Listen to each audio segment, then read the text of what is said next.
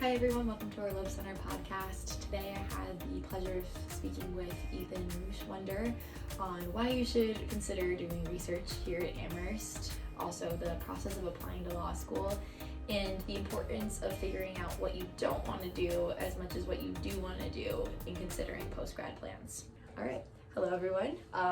Welcome to our podcast. Today I'm here with Ethan Neuschwander.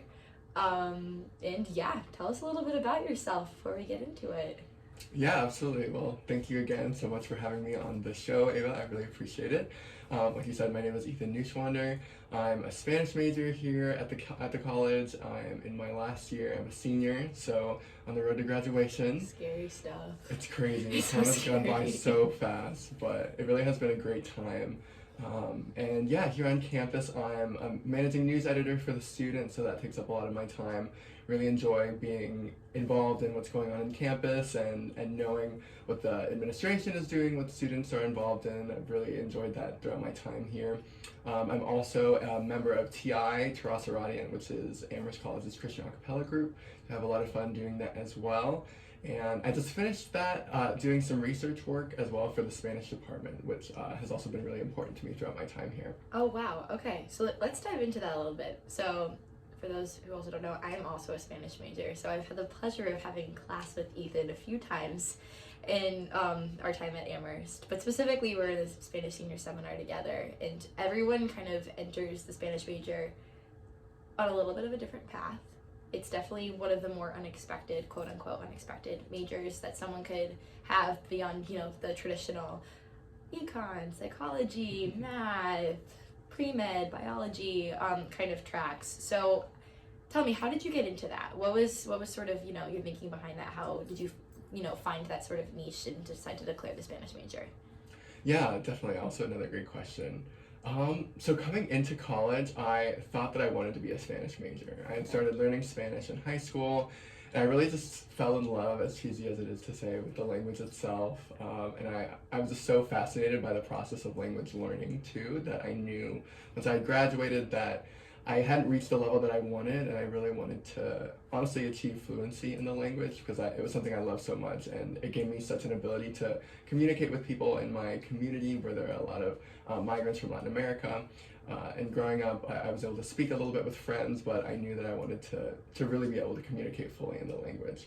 So I came to Amherst thinking that I wanted to be a Spanish major, maybe in addition to something else. But as I started taking classes, there's just so much freedom and flexibility in the major, as I'm sure you know. Oh, it's so great, honestly. It yeah, is. It's also a plug for the Spanish major now. Definitely take those classes. But yeah, I mean, you get to explore film and media, literature, art, pretty much anything that you want you can find in the Spanish major. And I just found it so rewarding to be able to study the things that I was interested in a language that I also loved, and to be able to expand my skills in both those areas at the same time. Yeah, that's super liberal arts of you. Beyond the Spanish major, are there any other specific majors that you've found yourself taking more classes in? Because obviously every major has its requirements. Spanish of most of them is, I would say, pretty. If you start out your first year, if you take one class a semester, or maybe a couple classes a semester, it's pretty easy to achieve. So were there any other, disciplines that you found yourself gravitating towards as well? Yeah, I've taken a lot of LJC classes here throughout my time, and part of that is because I've been pre-law for most of my experience here. Sure. I had a little bit of waffling in the middle of my time, some questioning, but yeah, I was always kind of looking toward law school down the road, so I also gravitated toward the classes that the LJC department offered. Very nice. Yeah. So tell me a little bit about that waffling there. Where did that kind of set in? When did that set in? What did that sort of trajectory or your idea of your plans post Amherst? How did that sort of solidify? Oh, that's a hard question, but a good one. I think it's very applicable to a lot of people here as well. Seriously, yeah. Yeah, there are so many opportunities coming from here, but honestly, as I delved more into the Spanish major, I was really considering pursuing a PhD in Spanish literature. Oh, wow. And that would have been a really intense process, but I really was kind of strongly considering it as opposed to law school, because I felt like I was able to really explore my interests in a really unique way, and it was just a medium for me to learn a lot about myself as well. And who knows, maybe one day I'll pursue that path too. But I think eventually over time, I as I was doing research and different things across the Spanish department, as much as I enjoyed it, I felt like it was difficult for the work that I was doing to break through and have an impact on the community around me, and to really impact people's lives in the way that I wanted to be able to do in my career. And I think, especially in the past couple of years, as the legal field and judicial opinions have become really relevant to society and the way that we all live our lives, I think I just realized that I would be able to make an impact, at least a more apparent impact, in the way that I wanted to by pursuing a career in the legal field as opposed to pursuing academia in a more direct way. I mean, what's really interesting too, and I don't think is spoken about enough here at Amherst, is beyond all the things that we do here and we are involved in here, and some of it is for enjoyment, some of it's for as a means to an end in terms of a pre-professional path. Mm-hmm. There are also plenty of things we involve ourselves in here that kind of teach us what we don't want. And that's really important too, because how do you figure out what you do want until you figure out what you don't? But on top of that too, it sounds like you really enjoyed your research too with the Spanish department, so I'd love to hear a little bit more about that as well. Yeah, I did really enjoy it. It was something completely out of my wheelhouse, to be honest. In my sophomore year, my advisor was starting this project on community filmmaking in Latin America, which is this kind of again, very liberal arts, yeah. Yeah, exactly. It's this kind of nebulous thing, but essentially what it is that there are a lot of different indigenous groups in Latin America that have started using film as a way to basically express their concerns about what's happening around them, be it their displacement from their lands or environmental issues, things along those lines.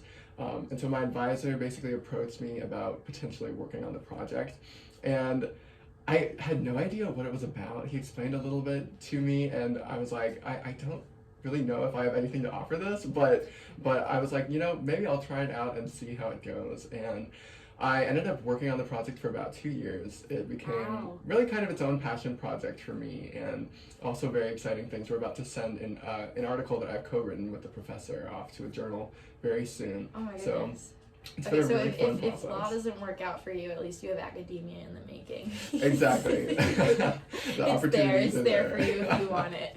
Yeah. So it was a really great chance for me to test out what academia actually is, and to do the kinds of work that I would be doing if I ever pursued that in the future.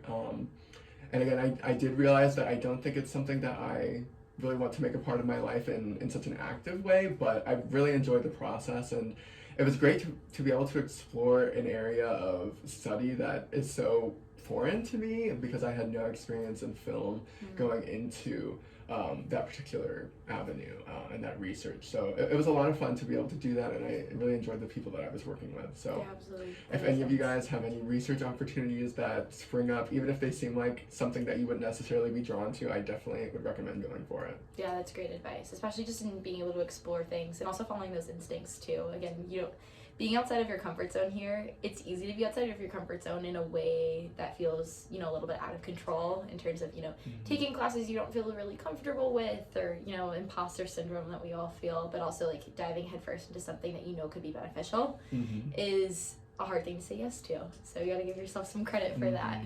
Yeah. I mean, also, you were, talking a little bit about law school there.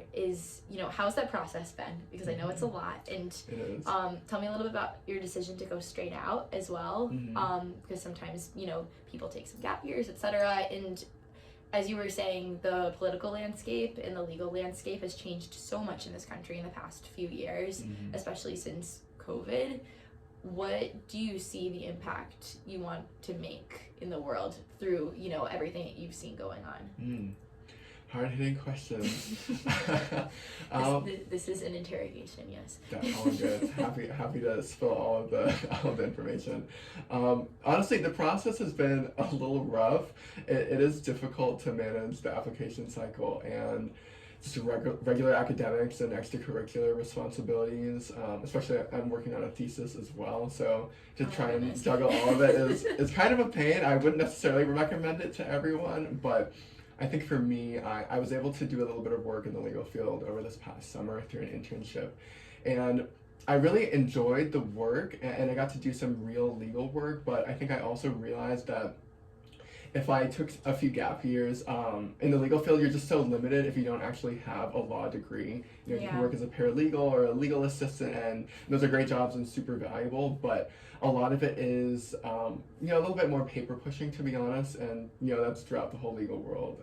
That's just an inherent part of legal work, but I really wanted to be able to dive into the work that I specifically wanted to do as quickly as possible, and I also just didn't really want to have to uproot myself 2 times, first to move to a new city to take on a paralegal job or something of that nature, and then also potentially for law school. So I think it just made sense for me to go straight through and to continue down this path, since I do think I have a relatively defined idea of what I want to do.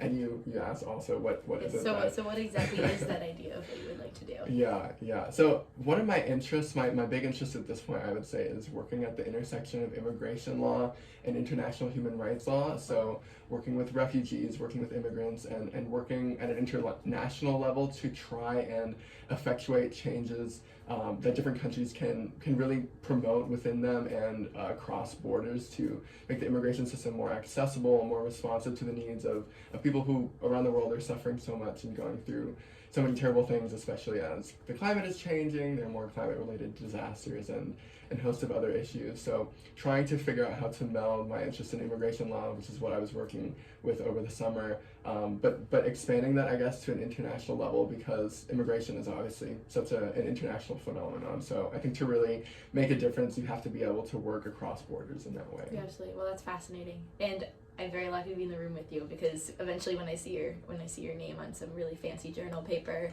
or on some, you know, really amazing news website, then I can at least say that this was the moment where I found out about it. But I mean, you said you were working in immigration law over the summer. So tell me about the process of, you know, how you were able to find this internship, what that kind of looked like for you, especially because I know, as you were saying, with, you know, legal related jobs, it's hard to find internships, especially even after your your 1L year. It's even hard to find internships then. You know, how were you able to kind of, you know, be successful in that job searching process?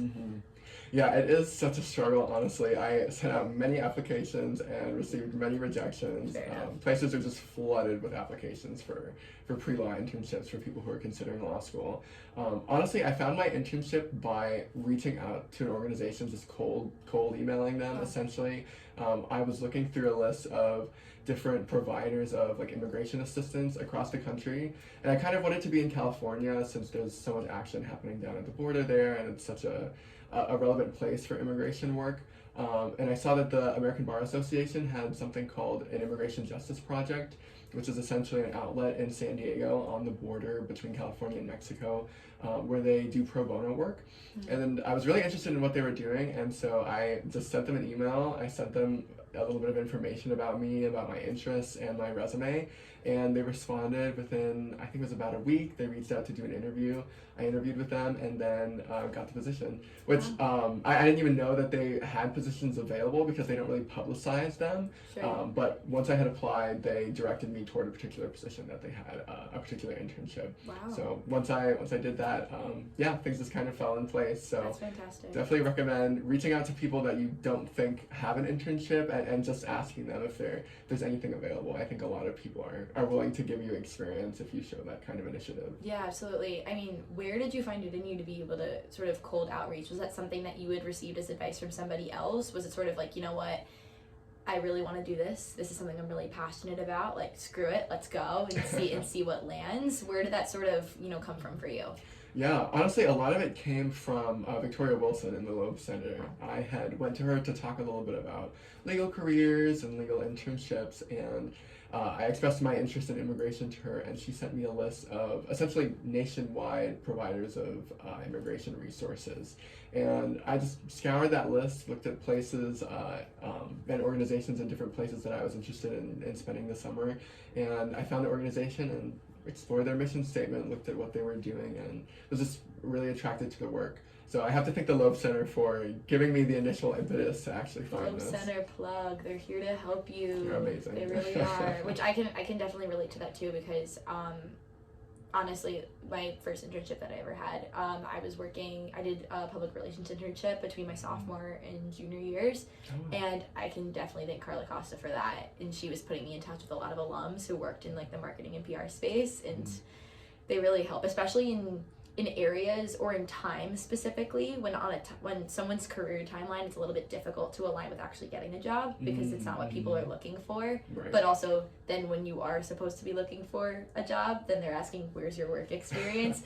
So like getting your foot in the door, that has definitely been super, super helpful, and I've really appreciated that from them as well. Yeah, they have so many connections. It really is amazing, and I feel like the Amherst College name that comes along with working with the Loeb Center too really helps a lot. Yeah, absolutely. So in terms of future plans, and obviously you plan on hopefully going to law school, what's been your strategy sort of around that? Or is there anything that you would like to share with future students or current students who are considering law school in terms of what it looks like to try to apply straight away, and how you're balancing that with all your schoolwork? Yeah, definitely happy to share. I do think, to be honest, I probably would recommend that most people don't try and apply straight through. I think it is just so hard to juggle your academic responsibilities and all the other things that are going on in your life your senior year with applications. So yeah, like I said, I would probably say take some time to make sure you really know what you want to do before you apply. But I would say if you are set on applying straight through and you have a pretty clear idea of what you actually want to pursue in the legal field, then start early and start working on your applications spring of junior year, honestly, if you can. Take the LSAT as soon as possible, maybe even sophomore or middle of junior year, to make sure that you have plenty of time to know where you want to apply, where your qualifications would suit you. And also what places have the resources that will help you pursue your particular interests when you start actually in law school and exploring opportunities there. So it is a struggle, to be honest. It's a difficult process whether you're working or whether you are in school, but I think it really helps if you take some critical time to just think about what it is that you really want to do at the end of the day, because Amherst tends to set people on a very particular path, and it's easy to think that the things we've explored here are what we have to continue doing in the future, but that might not be the case. And honestly, I've had to really wrestle inside to know if I wanted to go to law school for me, or if I wanted to go to law school because it just seemed like such a natural step in the circles that I run in. And eventually I did decide that it was for me, but I think people should really take stock of their own desires, their internal wishes, and what they think will actually be engaging and interesting and meaningful for them in the long term. Yeah, that's fantastic. And then kind of going off of that as we wrap up, is there any advice that you can offer to students, either, current or incoming students at Amherst, in terms of, how to make the most of their time here, and also, make sure that they are, properly taking stock of what does matter to them as time goes on, and making the most out of their time here as well? I would definitely say explore as much as possible. I know it's a cliche that we hear all of the time here, but the open curriculum is such a unique thing that's available to us here. So few schools allow you to take a wealth of classes outside of your major in the way that we can here. I kind of wish that I would have explored more science classes, more math classes, but I did get to explore across a ton of different humanities disciplines, music classes, art classes, and I think it's allowed me to really develop and hone my particular interests and to make sure that there aren't things that I'm missing as I put myself down a particular path.